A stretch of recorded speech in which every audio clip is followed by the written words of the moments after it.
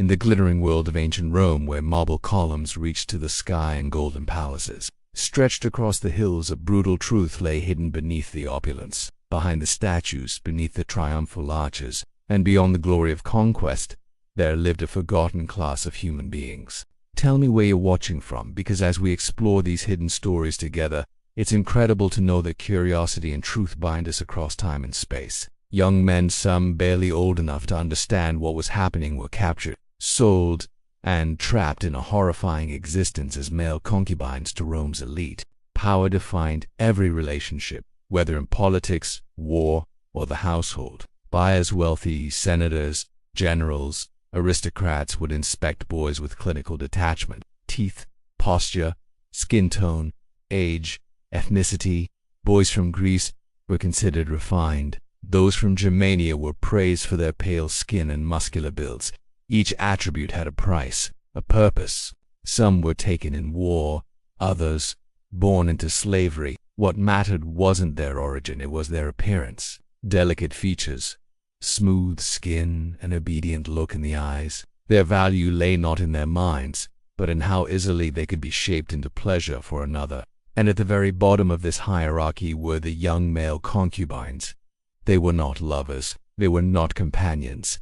They were objects selected, purchased, and owned. Their beauty was their curse, their youth a commodity, and their lives a silent suffering. Before we unravel this dark chapter of history, take a moment to like, subscribe, and comment below. A society built on power, Rome was a society obsessed with hierarchy. They were no longer sons or brothers. They were property. They came from all over the empire. From the hills of Gaul to the islands of Greece, young men were ripped from their families or sold by desperate parents. The marketplace of flesh slave markets in ancient Rome operated much like livestock auctions. And once purchased, these young men disappeared into the private rooms of Rome's elite.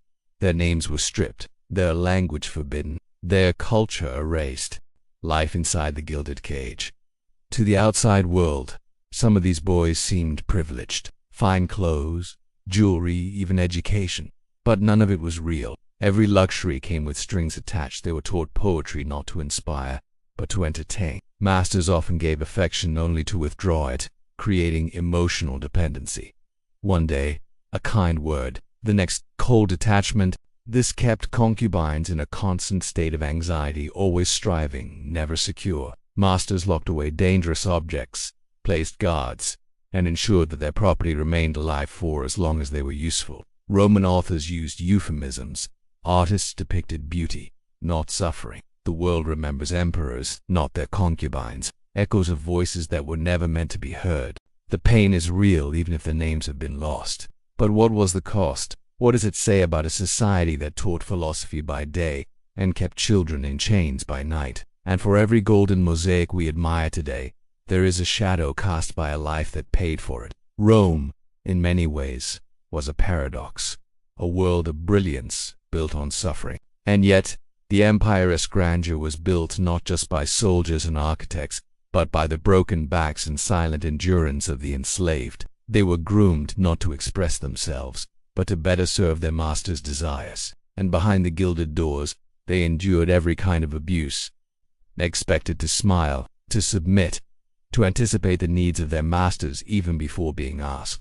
We see how easily cruelty can be dressed in gold, how suffering can be silenced by marble. Let us keep these voices alive not just in history books, but in how we shape the world today. Thank you for watching. Resistance with isolation. Even silence could be seen as rebellion. In households with multiple concubines, they were pitted against each other. Competition, not companionship. Favor, not friendship. Let us carry their stories into the light, because only by acknowledging the darkest corners of the past can we hope to build a more just and compassionate future. Any bond they tried to form was a threat to control and thus destroyed. Psychological torture, perhaps the most insidious form of control, wasn't physical but psychological. They were isolated from others, forbidden from forming friendships. No escape, no future. The law offered no protection.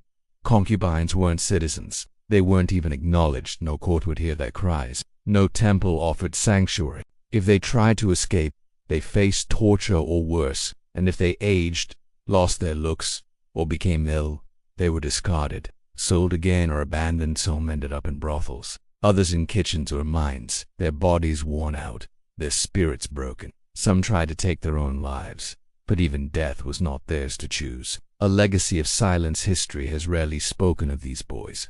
Archaeological remains tell partial stories. Pieces of jewelry, broken combs, graffiti hidden in servant quarters. The cost of civilization. The Roman Empire is often praised for its law, its architecture, its art. The concubines of Rome were not footnotes, they were people, real boys, with dreams, fears, and hopes that were shattered before they had a chance to bloom. In remembering these boys, we do more than learn history. We confront the uncomfortable truths of civilization. But silence does not mean absence, and forgetting does not mean forgiveness. So let us remember them not as curiosities, but as human beings. If this story moved you, share it, comment below.